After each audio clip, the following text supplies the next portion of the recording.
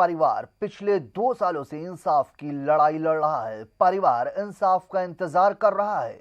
9 फरवरी 2012 को दिल्ली के नजफगढ़ इलाके से 3 युवकों ने ऑफिस से लौट रही युवती को अगवा कर लिया और गैंग रेप जैसी घिनौनी वारदात को अंजाम दे उसकी हत्या कर दी, जिसके बाद से पीड़ित परिवार इंसाफ की एक लंबी लड़ाई लड़ रहा है। और अब इस लंबी लड़ाई में अब पीड़ित परिवार को लाखों लोगों का साथ भी मिल रहा है। नमस्कार, मैं हूं वारिस मिर्जा और आप देख रहे हैं बहस 8 बजे।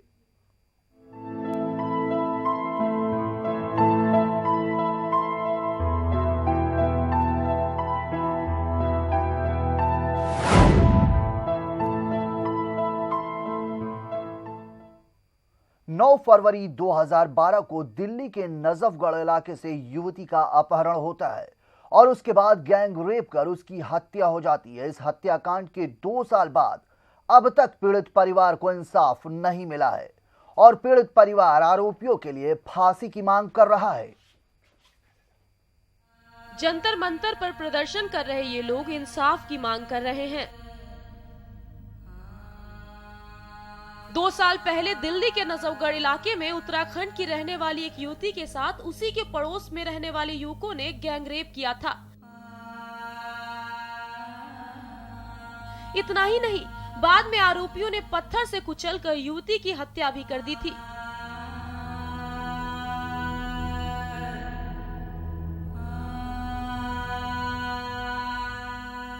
नौ फरवरी 2012 को हुई इस वारदात के बाद हालांकि पुलिस ने आरोपी युवक को गिरफ्तार कर न्यायिक हिरासत में तो भेज दिया, लेकिन 2 साल का लंबा वक्त गुजर जाने के बाद भी इस मामले में सिर्फ ट्रायल चल रहा है।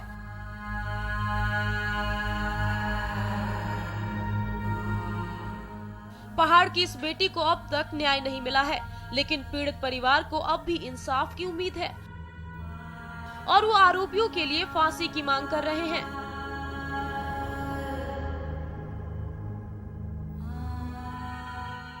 है कि इस केस को 2 साल तो हो गए हैं, आज 2 साल पूरे हो गए। बाकी ये है कि प्रशासन का अपना रवैया क्या था वो तो हम भूल भी नहीं सकते हैं, और जो आज कोर्ट का रवैया है तो कोर्ट भी डेट पे डेट दे रहा है, लेकिन फिर भी हमें विश्वास है कि कल जो है 13 तारीख में जो जज साहब फैसला देंगे वो शायद हमारे हक में देंगे, और हम ये चाहते हैं कि ये मुलजिमों को फांसी की सज़ा चाहते हैं।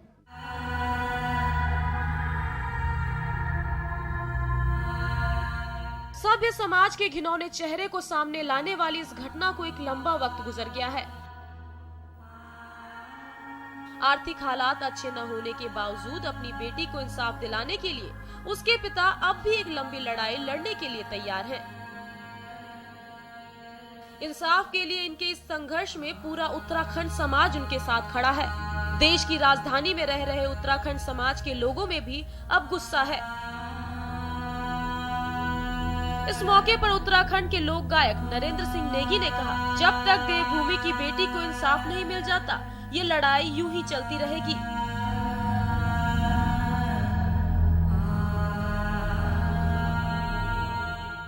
किरण नेगी का परिवार आज भी प्रतीक्षा में है, उसको न्याय की प्रतीक्षा में है। हमारा सारा समाज न्याय की प्रतीक्षा में है। सारे संवेदनशील लोग, जो इस देश के सारे संवेदनशील लोग हैं इन मुद्दों पर, वो सारे आज तक प्रतीक्षा कर रहे हैं कि कब उन हत्यारों को सज़ा मिलेगी, कब उन्हें फांसी पर चढ़ाया जाएगा।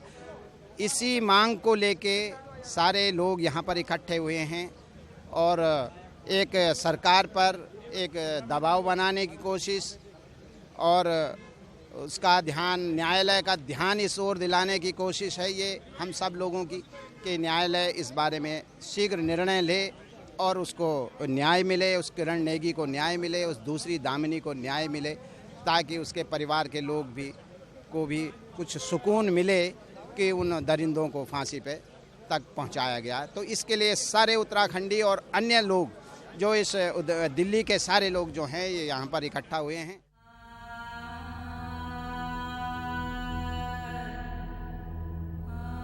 देश की दूसरी दामिनी के इंसाफ के लिए संघर्ष कर रहे उत्तराखंड समाज के लोग इस बात को लेकर भी काफी गुस्से में हैं। इस मामले में न तो आम आदमी की बात करने वाले अरविंद केजरीवाल ने ध्यान दिया और न ही कांग्रेस के उपाध्यक्ष राहुल गांधी ने कोई ध्यान दिया। जबकि इंसाफ के लिए प्रवासी उत्तराखंडी इन लोगों से मुलाकात कर चुके हैं।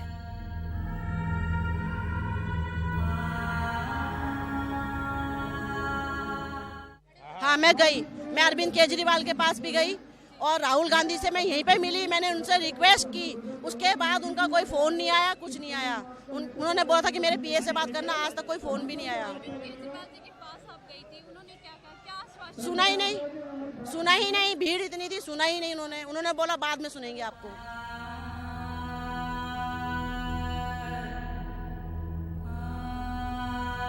हम एक सभ्य समाज में रहने का दावा करते हैं, लेकिन इस सभ्य समाज का एक घिनौना रूप भी है जो हमारे सभ्य समाज के दावे पर सवालिया निशान लगाता है।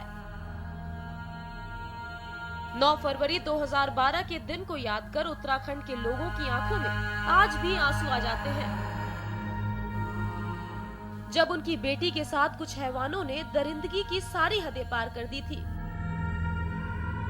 रिपोर्टर 24x7 के लिए सतीश के साथ सुकन्या सिंह की रिपोर्ट। दिल्ली में पिछले 2 सालों से इंसाफ की जंग लड़ रहा ये परिवार आज भी इंसाफ के लिए मोहताज है। हमारे साथ इस चर्चा पर चर्चा करने के लिए हमारे साथ हरिपाल रावत नेता कांग्रेस के मौजूद हैं, साथ ही गोकुल सिंह नेगी हमारे साथ, हमारे इस आंदोलन से जुड़े एक प्रदर्शनकारी, साथ ही अनीता नेगी जी जो इस आंदोलन से जुड़ी है, जो इंसाफ की लड़ाई लड़ रही है, उस युवती के लिए इंसाफ की लड़ाई लड़ रही है जो शायद अब इस दुनिया में नहीं है। तो इस चर्चा को आगे बढ़ाते हैं। पीड़ित के पिता भी हमारे साथ जुड़े हुए हैं, कुंवर सिंह नेगी। तो इस पर चर्चा करने के लिए, गंभीर मुद्दे पर चर्चा करने के लिए हम यहाँ बैठे हुए हैं। अनीता जी, जिस तरीके से इंसाफ अब तक नहीं मिल पाया, 2 साल का वक्त बीत चुका है, क्या कुछ कहना है?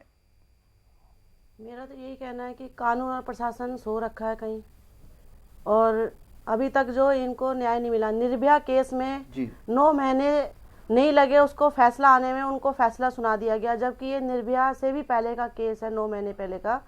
उसमें अभी इतनी देरी कर रखी है इन्होंने कि कोई सुनवाई नहीं हो रही है, क्योंकि गरीब परिवार है इसलिए। और जो हमारी लड़ाई है वो कब तक जारी रहेगी, कब तक हमारी बहन बेटियां इसी तरह इन दरिंदों के शिकार होती रहेंगी? क्या ये बलि कब तक देती रहेंगी बहन बेटियां हमारी? गोकुल सिंह नेगी जी, जिस तरीके से आप लोग काफी लंबे वक्त से 2 सालों से न्याय की मांग कर रहे हैं, आपको नहीं ऐसा लगता कि अगर न्याय लंबे वक्त तक ना मिले तो फिर न्याय का कोई मतलब ही नहीं रह जाता? जी, आपका कहना सत्य है। इसी आक्रोश में लेकर के सब जन समुदाय जो कल जुड़ा था यहाँ पे, सबके मन के अंदर यही है कि क्या दोनों ही जो बालिकाएं थी उनमें इतना फर्क क्यों? क्या इसका फर्क क्या राजनीतिक है या कुछ और चीज है? हमारा कहना मतलब ये था, जैसे फास्ट ट्रैक कोर्ट दामिनी के लिए किया गया था, इसी तरह से इसके लिए क्यों नहीं किया जा रहा? इसी रोष को लेकर के हम लोग यहाँ पे सड़क पर उतरे हैं, और हमारा ये पक्ष है, अपनी तरफ से रखते हैं सब समाज की तरफ के लिए कि इस पे जो है जल्द से जल्द जो है न्याय दिया जाए, क्योंकि हमें अपनी न्यायपालिका पर पूरा विश्वास है। ये हरिपाल रावत जी, जिस तरीके से राजनीतिक वो कहा जा रहा है कि जिस तरीके से नेगी जी ने एक बड़ा सवाल उठाया, गंभीर सवाल उठाया कि कहीं ना कहीं राजनीतिकरण हो रहा है। एक लड़की के लिए इस तरीके से फास्ट ट्रैक कोर्ट बनाई जाती है और वहीं दूसरी पीड़िता के साथ इस तरीके से भेदभाव का क्या नजरिया है क्या राजनीतिक दलों में भी? देखिए, चाहे वो दामिनी के साथ हो या किरण के साथ हो, या दामिनी केस के बाद सैकड़ों महिलाओं के साथ ये गुजरा हो, इसको राजनीतिक से जोड़ करके नहीं देखा जा सकता, क्योंकि जो दरिंदे हैं वो पार्टी और सत्ता और विपक्ष को देख करके ये काम नहीं करते, बल्कि वो एक मानसिकता है जो किसी के भी साथ कभी भी कहीं भी गुजर सकती है। लेकिन एक चीज़ फर्क तो देखने में आया है इन दोनों केसों में कि दामिनी वाला केस, उसके साथ भी जो जघन्य अपराध हुआ उसको भी कभी माफ़ नहीं किया जा सकता, और इस समाज ने, चाहे वो किसी भी वर्ग का रहा हो, किसी पार्टी का रहा हो, सबने उसका विरोध किया है, जिस तरह किरण नेगी के केस का किया है। अब सवाल उठता है कि ये वो केस इतना हाई प्रोफाइल हो गया था, उसके बहुत फास्ट ट्रैक में उसकी सुनवाई हुई और उसको इसमें हल किया गया। हम भी यही कहना चाहेंगे कि ये सिर्फ दामिनी के ही साथ नहीं, बल्कि जितने भी महिलाएं हैं जिनकी के साथ ये सब होता है, उन सबको इसी फास्ट ट्रैक में रखा है, जल्द से जल्द इस पे निर्णय आने की स्थिति। हमारे साथ पीड़ित के पिता भी मौजूद हैं, कुंवर सिंह नेगी जी भी मौजूद हैं। कुंवर सिंह जी, कब तक आप इस तरीके से इंसाफ आप लोगों को कब तक, कितना लंबा आप लोगों का 2 सालों का लगभग वक्त गुजर चुका है, तो आप लोग आप क्या कुछ कर रहे हैं? तो हमारे साथ अभी जुड़ेंगे कुंवर सिंह नेगी। अनीता जी, जिस तरीके से आप लोग काफी लंबे वक्त से 2 सालों बीत गए हैं, तो कहीं ना कहीं फास्ट ट्रैक कोर्ट की अगर बात की जाए तो क्या देरी की जा रही है क्या इसमें, फास्ट ट्रैक कोर्ट में इस केस को चलाने में? ये फास्ट ट्रैक कोर्ट तो जब मैं 7 महीने पहले जुड़ी थी इस केस में, इसी के बाद ये दौरान ये जनवरी में तो आ गया था, पर ये नाम के लिए फास्ट ट्रैक कोर्ट में था, पर इसमें बहुत स्लो चल रहा था। और जब से मैं 7 महीने से जुड़ी हूँ इस केस में, उसके बाद इसकी हेयरिंग बराबर कंटिन्यू चलने लगी। 10 दिन के बाद, 12 दिन के बाद ये डेट पढ़ने लगी, महीने में 2 बार डेट पढ़ने लगी, 3 बार डेट पढ़ने लगी। अनीता जी रोकना चाहेंगे, नजफगढ़ दिल्ली से जुड़ गया हमारे साथ कुलवीर नेगी। कुलवीर नेगी जी, अभी तक किरण को न्याय नहीं मिल पाया, क्या कुछ कहना है आपका? सर, मैं तो ये कहूंगा कि जैसे ये मीडिया है, मीडिया भी कुछ चुनिंदा केसों को हाईलाइट करती है, जैसा कि जो लास्ट टाइम पे दिल्ली में जो केस हुआ था उसको बहुत हाईलाइट किया था जी। मगर जो किरण नेगी का केस है उस तरह से हाईलाइट नहीं हो पाया जिस तरह से लास्ट केस हुआ था दिल्ली वाला जी। तो मैं तो मीडिया से दरखास्त करूंगा कि हर केस को सिर्फ एक एंगल से ले, न कि किसी हायर सोसाइटी, लोअर सोसाइटी या मिड सोसाइटी तोल के ले इस केस को। चलिए कुलवीर, आप बिल्कुल सही कह रहे हैं। आखिर हम लोगों ने आपकी आवाज सुनी और इस मुद्दे को गंभीरता से लेते हुए आखिर हम इस मुद्दे पर भी चर्चा कर रहे हैं। गोकुल सिंह नेगी जी, जिस तरीके से ये सवाल उठा रहे हैं कि कहीं ना कहीं भेदभाव हो रहा है, क्या वाकई में? गोकुल नेगी जी, सवाल बहुत सीधा सा है कि क्या इस मामले में वाकई जिस तरीके से कुलवीर नेगी ने एक सवाल उठाया है कि सिर्फ मीडिया में इस तरीके से जो हाई प्रोफाइल मामले होते हैं उसमें ही इंसाफ जल्दी होता है क्या? मेरा कहना तो यह है कि इलेक्ट्रॉनिक मीडिया और जो पेपर मीडिया है जी, मेरा तो ये दरख्वास्त तो नहीं करूंगा, लेकिन मैं कहता हूँ कि इनको अपना जो जिम्मेदारियां हैं जी बखूबी निभानी चाहिए, इसमें कोई पक्षपात नहीं होना चाहिए। और मैं इसी चीज़ के लिए मैं बार बार बात बोलता हूँ सबको कि हर चीज़ को एक ही नज़र से ज़रूर देखिए, क्योंकि कोई भी कन्या जी किसी के साथ भी जो होता है वो एक महिला वो बराबर ही होती है, और इसके लिए ये नहीं होता कि वो उसको एक किसी अलग समुदाय से या किसी उससे देखा जाए, जोड़ा जाए, और उसको हर चीज़ के लिए उसको आगे आना चाहिए, क्योंकि ये जिम्मेदारी जो है मीडिया के ऊपर बहुत ज़्यादा होती है जी, जिसको कि वो घर घर तक इस बात को पहुंचाती, जिससे कि सारी जन चेतना जागेगी और इसमें जो भी है आगे के लिए आगे लोग जुड़ेंगे और इससे कुछ ना कुछ तो समाधान जरूर निकलेगा। मीडिया का ये सबसे बड़ा रोल इसमें मैं मानता हूँ। जी जी। हरिपाल रावत जी, क्या सिर्फ सहायता राशि दे देने से ही सब कुछ हो जाता है? क्या इंसाफ में इतना लंबा वक्त क्यों लग रहा है? इस सवाल उसका नहीं। सबसे पहले तो मैं रिपोर्टर 24 को इस बात के लिए धन्यवाद भी दूंगा, बधाई भी दूंगा कि उन्होंने ये इस गरीब परिवार के इस मामले को भी हाई प्रोफाइल बनाने के लिए कोई कसर नहीं छोड़ी और जनता के बीच और शासन के बीच इस मुद्दे को लाके खड़ा किया है। उसके लिए हम पूरे उत्तराखंड की तरफ से आपका धन्यवाद करेंगे।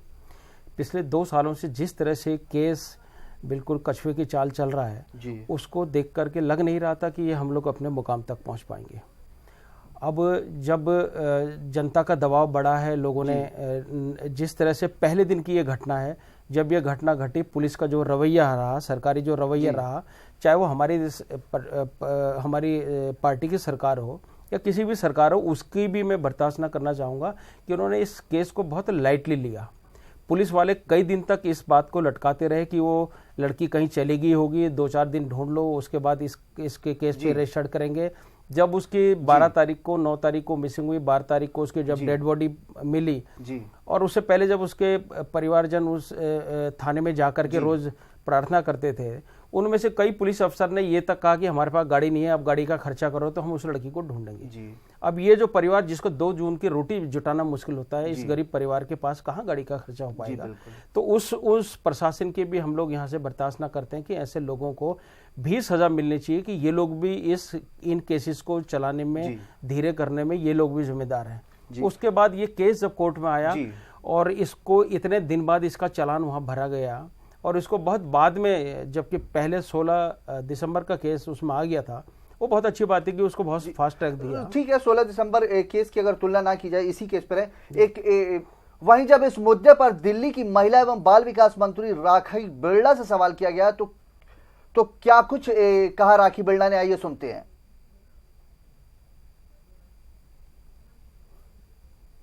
महिला सुरक्षा दल के लिए कमेटी बनाई जा चुकी है।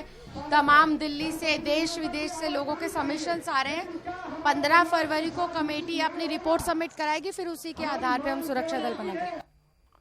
अनीता जी, तब से सरकार बदल चुकी है, आम आदमी पार्टी की सरकार आ चुकी है और काफ़ी दावे और वादे भी कर रही थी कि जिस तरीके से ये कह रही थी कि हम गरीब लोगों की आवाज़ उठाएंगे, तो कितना आम आदमी पार्टी को कितना सहज पा रही है इन सब मामलों में? आखिर दिल्ली का भी ये भी मामला है। ये आम पार्टी है चाहे कोई कांग्रेस पार्टी है, किसी भी पार्टी से हमें कोई सहायता नहीं मिली, ना ही कोई मदद मिली। एक माँ का दर्द जो होता है जी, एक माँ ही समझ सकती है। ना कि मैं पूछती हूँ राहुल गांधी से, क्या उनकी बहन नहीं है? या मैं जी अरविंद केजरीवाल से पूछती हूँ, क्या उनकी बेटियां नहीं है घर में, या उनकी बहनें नहीं है? जो ये इस केस को इतना बहुत ही स्लो लिया इन्होंने, और ना ही इसके बारे में सोचा। सोनिया गांधी जी भी, जब निर्भया केस हुआ था, उनके घर में प्रधानमंत्री भी गए, सोनिया गांधी भी गई, राहुल गांधी भी गए, सब गए उनके घर में। क्या ये बेटी के घर, ये बेटी नहीं थी देश की? इसके घर में क्यों नहीं गए ये लोग? क्यों नहीं पूछा इसका हाल कि इसके साथ क्या हुआ? मैं इन सब से यही सवाल पूछना चाहती हूँ कि आज ये इतना दुर्व्यवहार क्यों, एक बेटी के साथ ऐसा दुर्व्यवहार क्यों किया गया?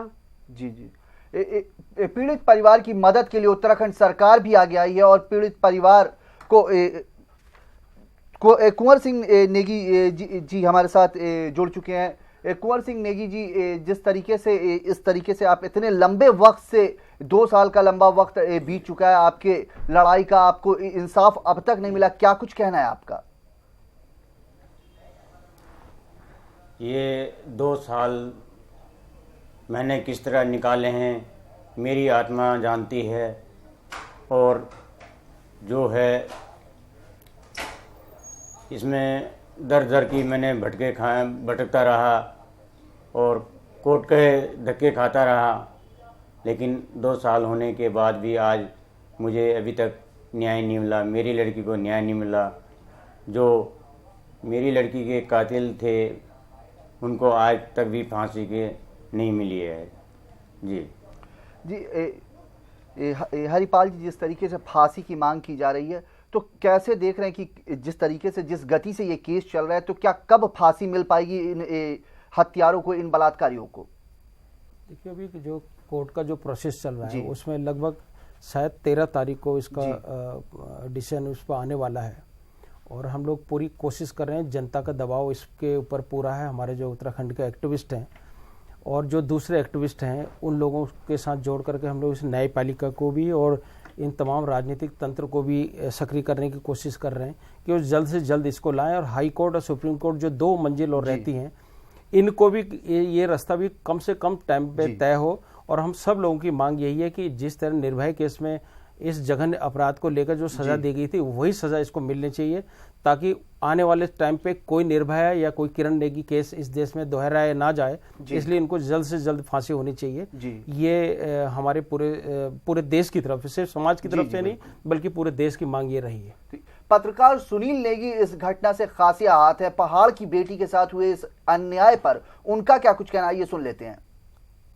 किरण नेगी के साथ जिस दुर्दांत तरीके से ये घटना हुई है और जिस तरीके से उसका आज परिवार सड़क पे है, एकमात्र वो अपने परिवार के कमाने वाली युवती थी, 20 वर्षीय युवती, और जिस देश में, जिस भारत की राजधानी में महिला सुरक्षा के इतने बड़े बड़े दावे किए जाते हैं, वहाँ पर अगर एक 20 वर्षीय युवती के साथ दामनी से 10 महीने पहले एक इतना दुर्दांत कांड होता है, इतना हॉरेंडस और घैस्टली मर्डर होता है रेप के बाद, और उसको आज तक न्याय नहीं मिलता, तो मैं समझता हूँ कि इससे सड़ी गली व्यवस्था इस देश में हो नहीं सकती है।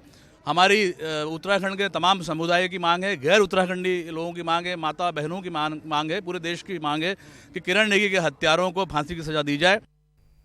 पीड़ित परिवार के साथ आज लाखों लोग जुड़ गए हैं और इस घटना के बाद उनमें खासा गुस्सा है। क्या कहना इस प्रदर्शन में शामिल हुए लोगों का, ये सुनते हैं। और यही हमें उम्मीद है कि दोषियों को फांसी होनी चाहिए, पर ये लड़ाई एक दिन की नहीं है, ना ही लोअर कोर्ट की है, क्योंकि ये लोग हाई कोर्ट में भी जाएंगे, सुप्रीम कोर्ट में भी जाएंगे, उसके बाद राष्ट्रपति के बाद भी जाएंगे।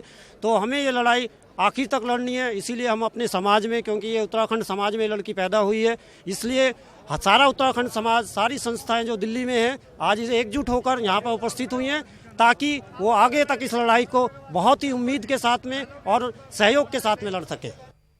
पीड़ित परिवार की मदद के लिए उत्तराखंड सरकार भी आगे आई है और पीड़ित परिवार को हर संभव सहायता देने का ऐलान भी किया है।